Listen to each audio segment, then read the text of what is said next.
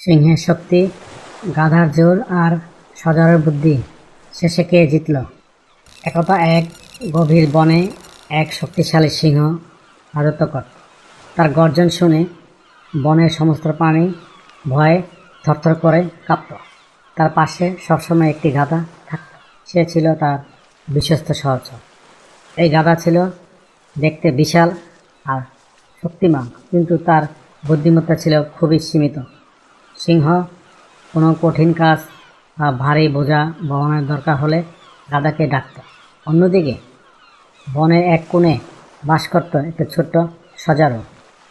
তার দেহ কাঁটায় ভরা ছিল, কিন্তু তার বুদ্ধি ছিল বনের সবচেয়ে গভীর। সিংহ এবং গাধা মোটেই তাকে পাত্তা দিত না, কারণ তার আকার ছিল খুবই ছোট। একদিন বনের উপর এক বিরাট সমস্যা নেমে এলো। এক ভয়ানক খরা শুরু হলো এবং বনের একমাত্র নদীর জল শুকিয়ে যেতে লাগলো। নদীর তলদেশে একটি বিশাল প্রাচীন পাথর ছিল, যা শত শত বছর ধরে নদীকে তার স্বাভাবিক গতিপথে আটকে রেখেছিল। বনের সবাই বুঝতে পারছিল যে এই পাথর সরালেই সব হবে, নইলে নদীর জল চিরতরে শুকিয়ে যাবে। রাজা সিংহ তার সমস্ত শক্তি দিয়ে পাথরটিকে ধাক্কা দিল, কিন্তু পাথরটি এক চুলো নড়ল না। সে হতাশ হয়ে তার সহচর গাধাকে ডাকল। গাধা তার সমস্ত শক্তি দিয়ে পাথরটিকে সরানোর চেষ্টা করল।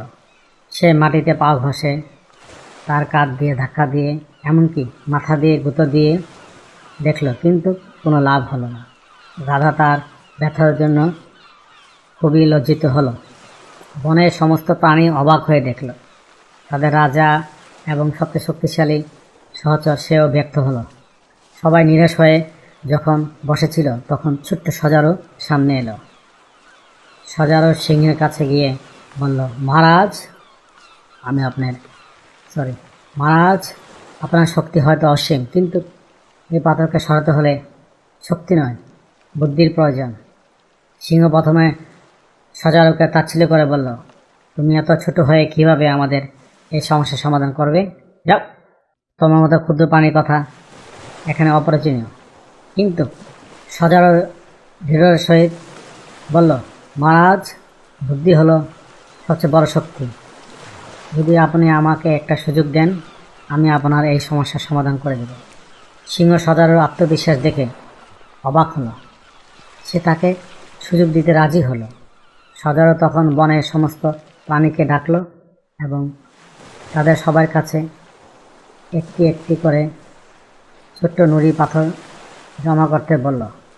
তারপর সে সেই নুড়ি পাথরগুলো নিয়ে নদীর দিকে গেল। সজারু পাথরটিকে সরাতে চেষ্টা করল না, বরং সে পাথরটির আশেপাশে এবং চারিদিকে বালি খুঁড়তে লাগলো।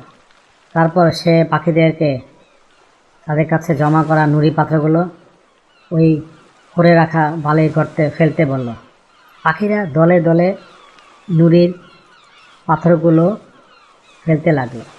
সজারু তখন গাধাকে বলল, এবার তুমি এই নুড়ি পাথরগুলিকে ধাক্কা দাও। গাধা প্রথমে অবাক হয়ে এলেন। সজারুর কথা মতো নুড়ি পাথরগুলিকে ধাক্কা দিল।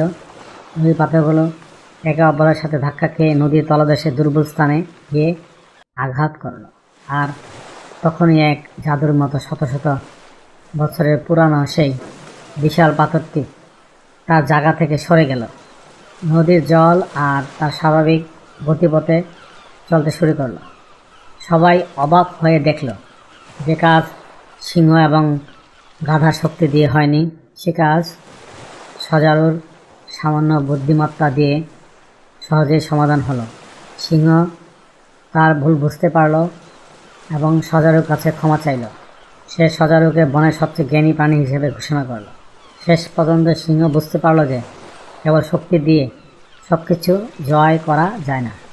সত্যিকারের ক্ষমতা আসে জ্ঞান এবং বুদ্ধিমত্তা থেকে। সেই থেকে বনের সবাই সজারুকে সম্মান করতে শুরু করলো। তার বুদ্ধি দিয়ে বনকে আরও সুন্দর এবং সমৃদ্ধ করে তুলল। Thank you for watching. Please subscribe.